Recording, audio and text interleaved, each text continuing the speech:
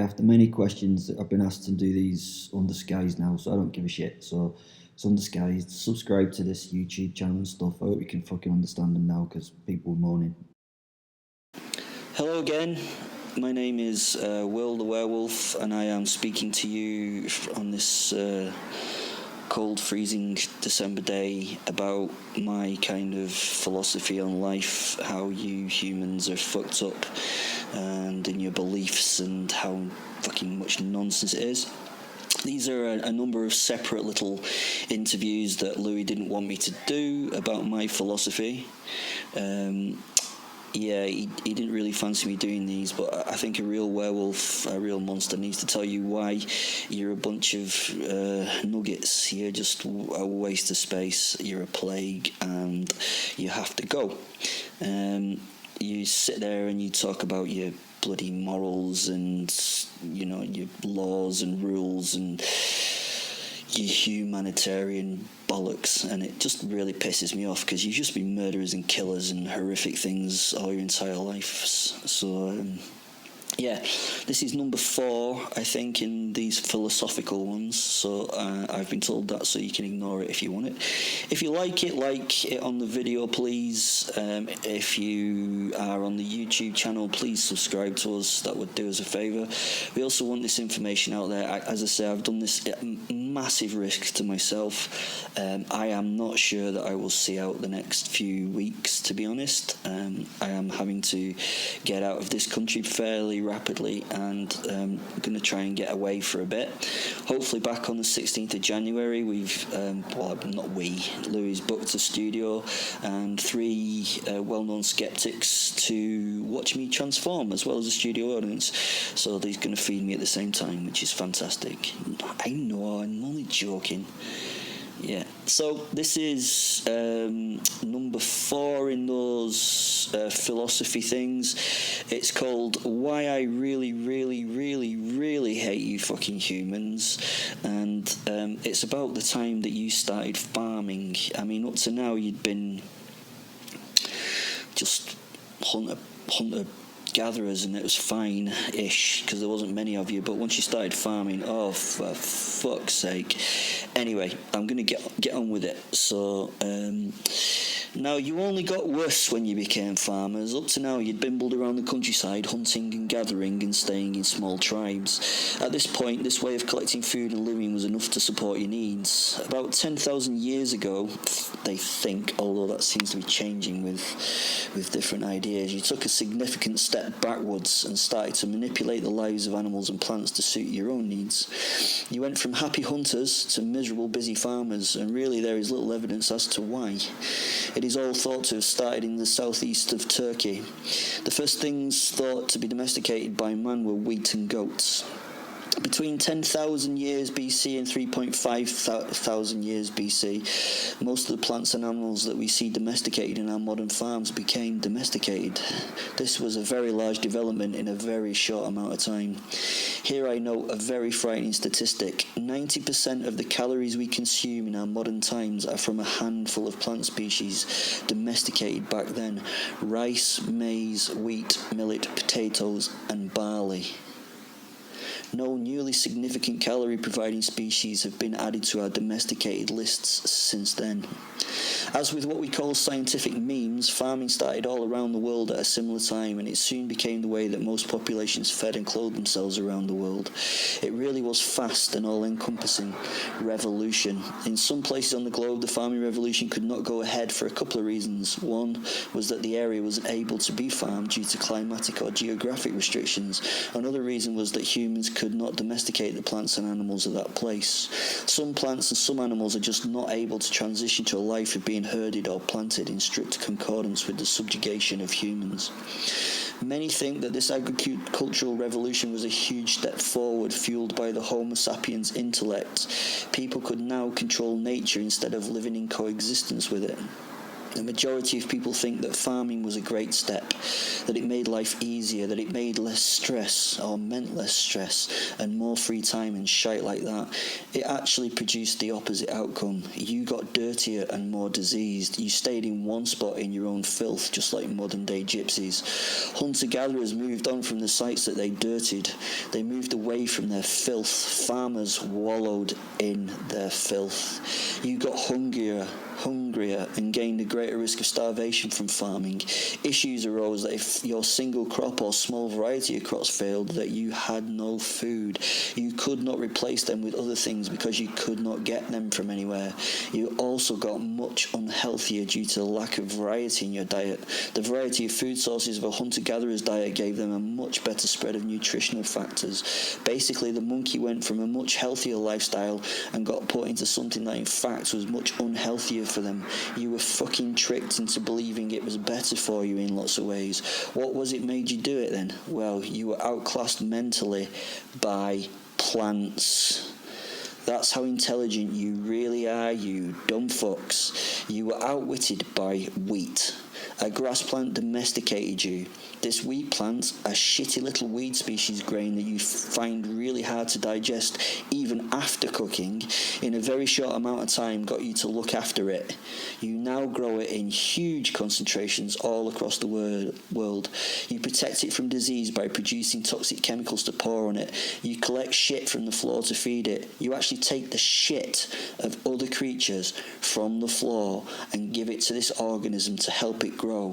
Fucking disgusting in this unhumble werewolf's opinion. You can give thanks now to one of the biggest cunts that ever lived, Fritz Haber, for the method that can fix nitrogen so that a fucking plant can absorb this as inorganic nutrition. This man devised this process to produce ammonia to be needed for explosives in World War I. The Allied powers stopped Germany getting their needed ammonia shipped in as a resource through blockades, so he invented this method so that he could get the Germans the stuff that they needed to continue the war. I mean, this twat got a Nobel Prize for this process in 1918 when he developed it for killing people. This same process is now thought to help feed half the population of the world.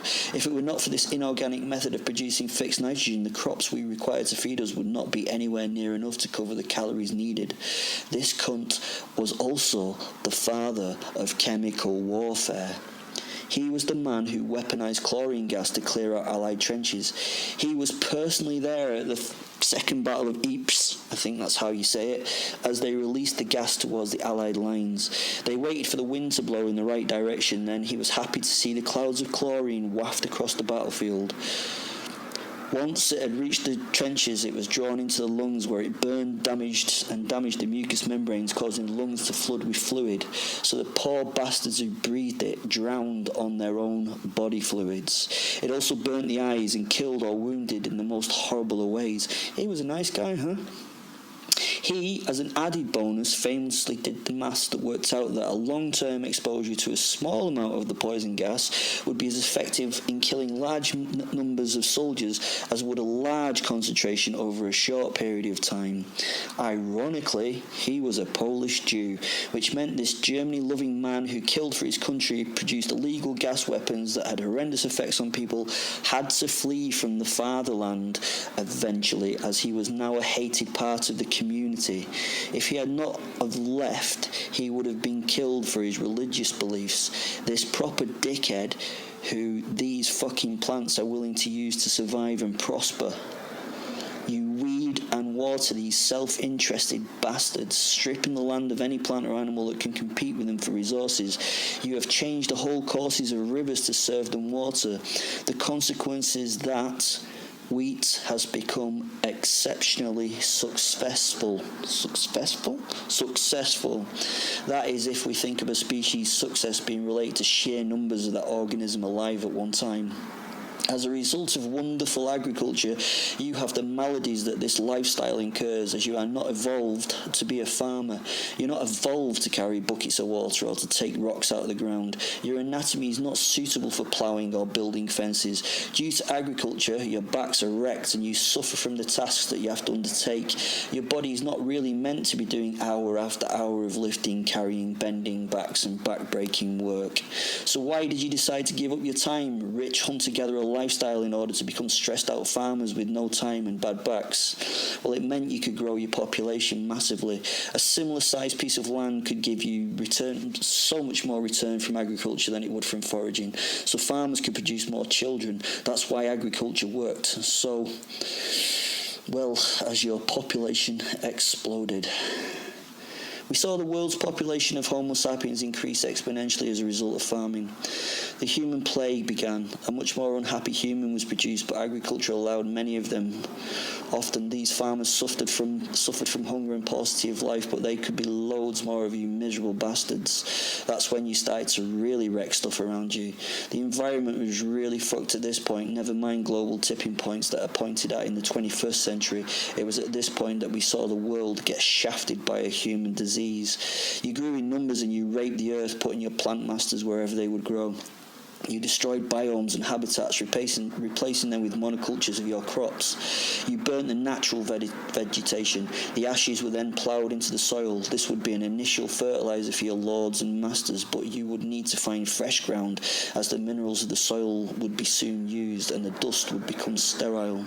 The central belt of North America is a monoculture of wheat for hundreds of thousands of miles. Field after field of wheat, billions of individuals of this very evolutionary successful plant. You did not care about the wild species that were already there. In fact, you destroyed them and their homes for your plant overlords. You did this to increase your masters' numbers, which you talk about as increasing yield, a positive thing for you. You had to do this for the wheat in order to let your population grow. Now you spread like a scrophulatic rash across the surface of the earth. You destroy and damage, yet you watch documentaries and support the World Wildlife Fund. What a fucking joke you are. These domesticated species of plant had you in a trap from which you could not extricate yourselves. There was now too many of you to go back to the hunter-gatherer lifestyle. The land could no longer support your large numbers, even if you wanted to go back to the old ways. Hunter-gatherers could and are still able to be found, but they are only really found in areas where there was no alternative to agriculture. The master plants would also allow you to have more children and have them earlier, not seasonally. You could now manage to have them at any time in the year. This would mean that over your lifetime you could have many more children and again increase the human population at a logarithmic rate. You stupid fucking monkeys with your big brains and consciousnesses and stuff were outwitted by grass. Your life was now much more difficult, nastier and shorter, yet you could not do anything about it. The humans would work to improve their lot. You constantly tried changing the methods of farming to increase the yields gained. This led to less free time and more hard back-breaking work. Agriculture meant a lot more mouths to feed. With more mouths to feed, the farmers would have to increase yields to satisfy them. These new mouths were now weaned too early and in turn became competition for resources with each other. This often meant that the populace that required food did not get enough in the way of sound nutrition. As a result, we saw the weakening of the human as a species, reducing the efficacy of their immune system and actually causing a huge percentage rise in the death rate of the farmer in comparison to the hunter-gatherers of old. Oh, don't get me wrong, there are still hunter-gatherers in the world, but these are only rarely really found in areas where cultivation is not possible. Also, with more people and the inability to move if threatened, the farmers would be more prone to violence. With a hunter-gatherer lifestyle, if your big bad neighbours attacked and came into your territory of that moment, you could simply do what you always did and move on. Not so for the farmers, they had to defend their turf, as it were. So you fought more often, and the outcome of those battles was much more significant to your group. If you lost your land, you would probably lose all and be at high risk of starving as a tribe. This was the first advancement, an advancement that caused much more hardship in the long term. Humans became evolutionarily successful if we look at sheer numbers and take them as a measure of success. But in reality, it bred you to be weaker and less content as a species. You became even more pathetic as a bitch to the grass. So, yeah, you see. And now I'll go on to my next interview, which will talk about animals.